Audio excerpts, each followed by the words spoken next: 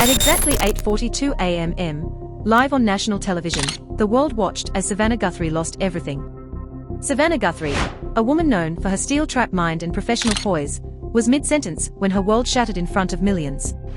This wasn't just a stutter. Savannah Guthrie looked as if she had just seen a ghost standing behind the camera. Her eyes darted, her hands froze, and for a split second, the professional mask of Savannah Guthrie disintegrated into pure raw terror. Then she whispered the words that the network tried to bury. "I can't do this anymore." Before the producers could react, the screen went to a cold, jarring black. This wasn't a glitch. This was a manual override. Within seconds of Savannah Guthrie speaking, the digital erasure began. Replays were pulled. Clips were scrubbed and the official accounts of Savannah Guthrie went dark. But why? What did Savannah Guthrie hear in her earpiece that forced her to break? Tonight, we investigate the three questions the network is desperate to ignore. First, what was the trigger message sent to Savannah Guthrie just minutes before the cameras rolled? Second, what is the secret family connection involving Nancy Guthrie that was never meant for the public? And third, who is the man in the control room who held the power to silence Savannah Guthrie forever? You saw the breakdown of Savannah Guthrie. Now you are going to see the evidence that proves this was no accident. This is the investigation into the disappearance of Nancy Guthrie and the silencing of Savannah Guthrie. If you think this is just a news segment, you're wrong. This is a survival story. To understand why Savannah Guthrie collapsed, we must look at the timeline of her mother, Nancy Guthrie. On March 4th, at 10:15 p.m., Nancy Guthrie was seen for the last time. Security footage shows Nancy Guthrie in her kitchen, completely unaware that she was about to become the center of a national mystery. Nancy Guthrie never walked out of that house. Yet, she was gone. 4 weeks. Savannah Guthrie reported on Nancy Guthrie with a bravery that seemed superhuman. But on April 12th, a burner phone pinged near a private airstrip 2 miles from a home of Nancy Guthrie. This evidence was suppressed. Savannah Guthrie was told the lead was dead, but internal logs show that Savannah Guthrie began her own private search for Nancy Guthrie. Then on the morning of April 17th, the before and after collided. Savannah Guthrie sat in that chair at 8 a.m. But by 8:42 a.m., the truth about Nancy Guthrie was whispered into her. What happened next would change the career of Savannah Guthrie and the search for Nancy Guthrie forever. There are 4 people at the heart of this mystery. First, Savannah Guthrie, the daughter who refused to stop searching for Nancy Guthrie. Second, we have Bob Guthrie, the brother of Savannah Guthrie. Bob Guthrie is a security expert who went silent exactly 72 hours before the breakdown.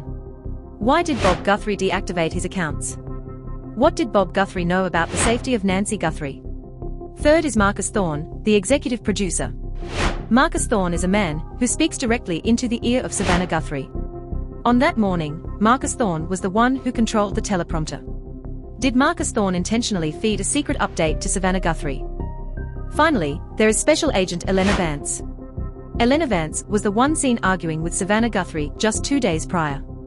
If Elena Vance had the DNA results for the Nancy Guthrie case, why didn't she share them with Savannah Guthrie until the cameras were live? Every person in this circle, Savannah Guthrie, Bob Guthrie, Marcus Thorne, and Ale Nance, was hiding a piece of the puzzle. The evidence we have uncovered contradicts everything the network told you.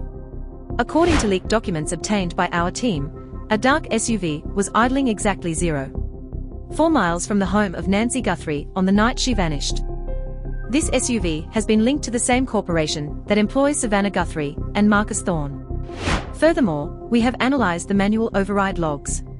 At 8:41 and 50 seconds a.m., exactly 10 seconds before Savannah Guthrie started shaking, Marcus Thorne activated a HIL override. Why?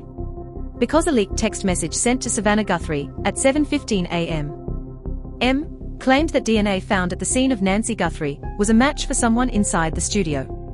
According to files obtained by our team, a financial transfer of $2.4 million was moved to an offshore account the day before Savannah Guthrie broke down. This money was authorized by the same board members currently silencing the story of Nancy Guthrie. Was this a payout, or was it hush money to keep Savannah Guthrie from telling the truth about Nancy Guthrie? We spoke to experts to understand the reaction of Savannah Guthrie. The reaction of Savannah Guthrie was a cognitive rejection. She was being told to read a lie about Nancy Guthrie, while the truth was being whispered in her ear. Dr. Aries Thorne, forensic psychologist. The suspicion now falls on two profiles. Suspect A, the network insider. Someone like Marcus Thorne, who had the power to manipulate the feed. Suspect B, the family shadow. Someone close to Nancy Guthrie, who used the fame of Savannah Guthrie as a cover. In my 30 years with the FBI, I've never seen a feed cut that fast. Someone expected Savannah Guthrie to reveal a name. John Mallister, retired FBI special agent. There are two theories. Theory 1, corporate cover-up.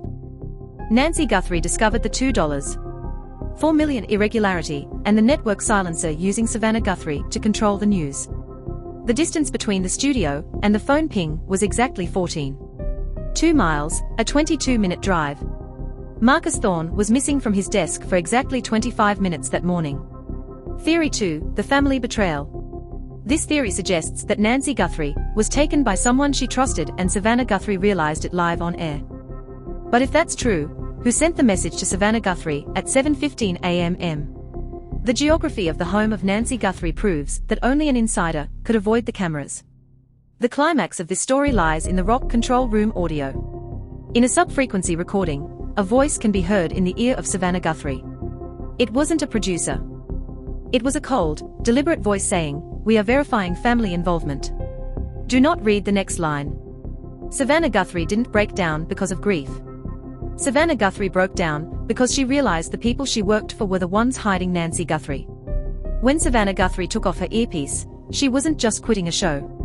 She was escaping a trap. But here is the final haunting question. If Savannah Guthrie knew the truth about Nancy Guthrie, why was she missing for 48 hours after the broadcast? And why is the NG disposal file still sitting on a private server? You've seen the evidence the mainstream media refused to show you. You've seen the timeline of Nancy Guthrie and the courage of Savannah Guthrie. This isn't just a news story. It's a high-stakes cover-up. The network wants you to think Savannah Guthrie just had a bad day, but the $2.44 million and the manual override say otherwise. What do you think really happened to Nancy Guthrie? Was the breakdown of Savannah Guthrie a cry for help or warning to the public? Drop your theory in the comments. We need your eyes on this case to ensure the truth about Nancy Guthrie is never forgotten. If you want to see the next part of this investigation into Savannah Guthrie and the Marcus Thorne logs, make sure to share this video, subscribe, and hit the bell icon. We are currently tracking the dark SUV that left the home of Nancy Guthrie. The screen went black for Savannah Guthrie, but for us, the light is just turning on. Stay vigilant. The truth about Nancy Guthrie is closer than they want you to.